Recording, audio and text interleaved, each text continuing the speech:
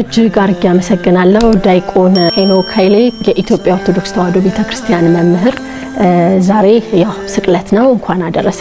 እሺ አመሰግናለሁ። በመጀመሪያ እንኳን ለብርሃነ ስቅለቱ በሰላም አደረሳችሁ። ስቅለት በኢትዮጵያ ኦርቶዶክስ ተዋሕዶ ቤተክርስቲያን ያለው ትርጓሜ ምን ይመስላል? ስቅለት በኢትዮጵያ ቤተክርስቲያን በክርስቶስ ስም ከሚከበሩ በአመት ውስጥ 19 በዓላት አሉ። 18 በዓላት 9 አበይትና 9 ደግሞ ንዑሳት በዓላት የሚባሉ አሉ። አበይት በዓላት ዋና ከሚባሉ በዓላት አንዱን የስቅለት በዓል ነው አሁን ዛሬ የምናከብረው። ስቅለት እንግዲህ የክርስትና የመጨረሻ ማዕከል የሆነው ነገረ መስቀሉ የተፈጸመበት ዕለት ነው። ይህ ዕለት ቤተክርስቲያን ከዋዜማው ጀምሮ ከሐሙስ ማታ ጀምሮ ክርስቶስ ከተያዘበት ሰዓት አንስቶ እስከ ተቀበረበት ሰዓት ያለውን ሙሉ በጸሎት ነው የምታሳልፈው። ሌሊቱን በክርስቶስ ላይ ሲደርስበት ከነበረው የግፍ ፍርድ ሰዓት ጀምሮ ከዛ ደግሞ ሌሊቱን በጉድጓድ ውስጥ ታስሮ አድሯል። በዛ የተተፋበት ምራቅ የተተፋበት እየተመታ መከራ እየተቀበለ አድሯል። ጧት ደግሞ በአይሁድ ሸንጎ የተንከራተተበትን ከዛም በኋላ ከአይሁድ ሸንጎ በኋላ ደግሞ ወደ ጲላጦስ ፍርድ ቤት የቀረበበትን ከዛ ከ3 ሰዓት አንስቶ ከፍርዱ በኋላ ከ3 ሰዓት እስከ 6 ሰዓት ያለው ደግሞ ክርስቶስ መስቀል ተሸክሞ እስከ ተሰቀለበት ቀራንዮ ኮረብታ የወጣበትን 6 ሰዓት ደግሞ የተሰቀለበትን እያንዳንዱን ሰዓት ጊዜ 3 ሰዓት ጊዜ 6 ሰዓት እያለች እያዜመች እየሰገደች ቤተክርስቲያን ያንን ዕለት የምታስብበት የመከራውን ቀን ከሌላው ጊዜ በተለየ በርግጥ ቤተክርስቲያን አመቱን ሙሉ ነው የክርስቶስን ስቅለት የምታስበው። እንደሚታወቀው ያው በኢትዮጵያ ኦርቶዶክስ ተዋሕዶ ቤተክርስቲያን ወይንም በክርስትናው እምነት ተከታዮች በአጠቃላይ ስቅለትን ስናስብ በተለይ ኢየሱስ ክርስቶስ ለሰው ልጆች ሲል የከፈለው መስዋዕትነት ነው ተብሎ ይታሰባልና ይህንን ለማድረግ ለምን ወደደ? ትልቁ ምክንያት ፍቅር ነው። እግዚአብሔር እንዴት እንደሚወደን ያሳየበት ቀን ዕለተ ዓርብ ነው። ከልደቱ ጀምሮ በርግጥ የፍቅር መገለጫ ነው። እግዚአብሔር አንድያ ልጁን እስኪሰጥ ድረስ ዓለሙን እንዲሁ ወዷል ይላል። ኮንዲሽናል ያልሆነ ምክንያት የሌለው ፍቅር ነው እግዚአብሔር ለዓለም ያሳየው። ሊያውም ጠላቶቹ ሳለን በልጁ ሞት አዳነን ደግሞ ይላል። ጠላቱ ለሆነ እንግዲህ የሰው ልጅ የእግዚአብሔርነትን ቦታ ለመቀማት ነው የሞከረው እና መፈንቅለ አምላክ ነው ያካሄደው እና በዛ ደረጃ ያመፀውን የሰው ልጅ መውደዱን ያሳየበት አንድያ ልጁን ሰው እስኪሆን አሳልፎ መስጠቱ ነው።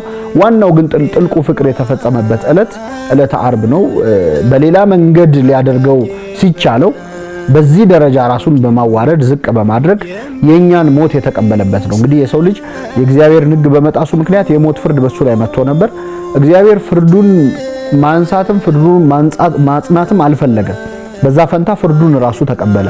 ብቸኛው ዳኛ የተከሳሹን ፍርድ የተቀበለ ዳኛ እግዚአብሔር ብቻ ነውና የኛን ሞት እሱ የሞተበት የሰው ልጅ እጆቹን ወደ ጸበለስ በሰደደበት ፈንታ እጁን የተቸነከረበት እግሩን ወደ ጸበለስ በሄደበት ፈንታ እግሩን የተቸነከረበት የሰው ልጅ በኃጢያቱ ምክንያት የበቀለውን እሾህ ታብቅልብህ የተባለውን ደግሞ አክሊል አድርጎ ዘውድ አድርጎ የኛን ኃጢያት አክሊል አድርጎ የደፋበት ዕለት ነውና ዋነኛ ምክንያት ፍቅር ነው። በተለይ አሁን ላይ ሀገራችን ላይ ካለው ነባራዊ ሁኔታ ጋር ስናያይዘው እውነት ለተከፈለልን መስዋዕትነት እየኖርን ነው ማለት ይቻላል። አንዲት ሕፃን ክርስቶስን የተቸነከረውን ችንካር አይታ ጌታ ሆይ አያምህም ወይ ያለችው የሚባል ምሳሌ ያለ በቤተክርስቲያን ሲነገርና ምንድነው የመለሰው? እኔ የሚያመኝ አንቺ ይሄን ስትረሹ ነው ብሎ ተናግሯልና ለዚህ ነው ቤተክርስቲያን በሁሉ ነገር ዓርብ በደረሰ ቁጥር እየጾመን እንድናስበው በጉልላት ላይ መስቀል ተደርጎ ካህናት በእጃቸው መስቀል ይዘው ቢጠመጥሙ የሾህ አክሊል አድርገው መቋሚያ ይዘው ወደዚህ ቢሉ መስቀል ተሸክመው መንገላታቱን ለማሳየት ነው። ከበሮ ላይ ያለው ሰንበር የክርስቶስ የጀርባው ግርፋት ነው። ከበሮ ቀይ መልበሱ ዓርብ ዕለት በልብሱ በደም ተለውሶ የነበረውን ለማስታወስ ነው። ማስታወሱ ለምንድን ነው የሚጠቅመን? ተነስቷል እኮ አድርጓል፣ በክብር ነው ያለው። ግን ያችን የስቃይ ቀን የህመም ቀን ማሰባችን አሁን ላለን ህይወት ስለሚጠቅመን ነው።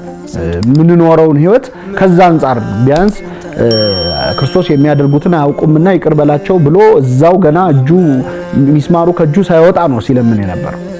ስለዚህ ዛሬ እኛ መጨካከን እንደሌለብን እንደው ላለፉ ነገሮች እንኳን እኛ እኮ ወደ ኋላ ሄደን የጥንት ታሪክ እየፈለፈልና ነው የምንጋደለው።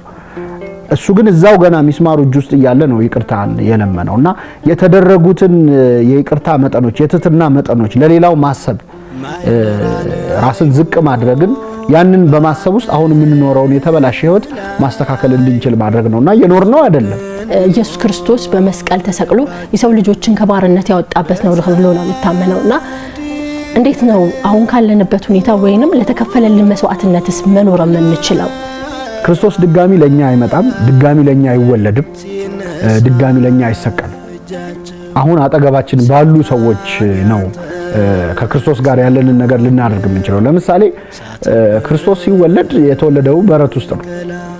ለምን እንግዶች ማደሪያ ስፍራ ለማደር ሲጠይቁ ዮሴፍና እመቤታችን ቦታ የለም ተብለው፣ ስለዚህ ማደሪያ ስላጡ ውጭ አደሩ። ብርድ ላይ ከከብቶች በረት ነው ክርስቶስ የተወለደው። አሁን የዛን ጊዜ የነበሩ ሰዎችን ጨካኞች ናቸው፣ እንዴት እንደው ልትወልድ መድረሷን አይተው እንኳን ቦታ አይሰጧትም የሚል ሰው ካለ በጣም ቀላል ነው። ወጣ ብሎ አሉ እኮ መንገድ ላይ የሚወልዱ አሁን እናቶች አሉ አይደል ብርድ እየመታቸው ያሉ። ለሱ ድጋሚ ሌላ ማርያም ሌላ ክርስቶስ ሊመጣለት አይችልም። አጠገቤ ያሉ ድሆች ክርስቶስ ምን አለ? ለፈርድ ስመጣ በቀኝ ያሉትንና በግራ አቆማቸውና ብራብ አላበላችሁኝም እላችኋለሁ። ምን ነው የት አግኝተን አበላን ካሉኝ አጠገብ ላለው ደሃ ካደረከው ለኔ እንዳደረከው ነው ብሎ ተናግሯል። ስለዚህ ሌላ ክርስቶስ ለኛ ስለማይመጣ ዓርብ ዕለት የሆነውን በትክክል የገባን ከሆነ አንደኛ በዚህ ሰዓት በአገራችን ውስጥ እንደ ክርስቶስ መከራ እየተቀበሉ ያሉ እየደሙ ያሉ የሉም ወይ? ተሰቅሎ ባይሆንም ዛሬም እኮ ስለ ልጆቿ የምታለቅስ እንደ ድንግል ማርያም ልጆቼ ሞቱብኝ የምትል እናት እኮ አገሪቱን ሞልተዋለች። ከቤታቸው ተሰደው ውጪ ያሉ በረሃብ ያሉ አሉ አይደል እንዴ? እና ቢያንስ መርዳት ቢያቅተን በለው ባንልስ አንድ ነገር ነው። ይሰቀል ያሉት ሰዎች አይደሉ ለክርስቶስ መከራ ምክንያት የነበሩት? ላለፉት እኮ ጥቂት ወራትና ዓመታት ዓለሙን የሞላው ንግግር በለው ነው። ዳር ቆሞ እሳት ማጋጋል ነው። በጉዳዩ ላይ አክቲቭሊ ከመሳተፍ በላይ ነገር የሚያጋግሉ በሩቆ ነው ነገሮችን የሚያባብሱ ሰዎች ይበዛሉና ያንን እድል አሁንም አለን ነው። ዓርብ ዕለት የተፈጸመውን ግፍ በትክክል የገባው ሰው ያ ግፍ እንዳይደገም ለማድረግ ይሞክራል። ምንድነው ያጠፋው?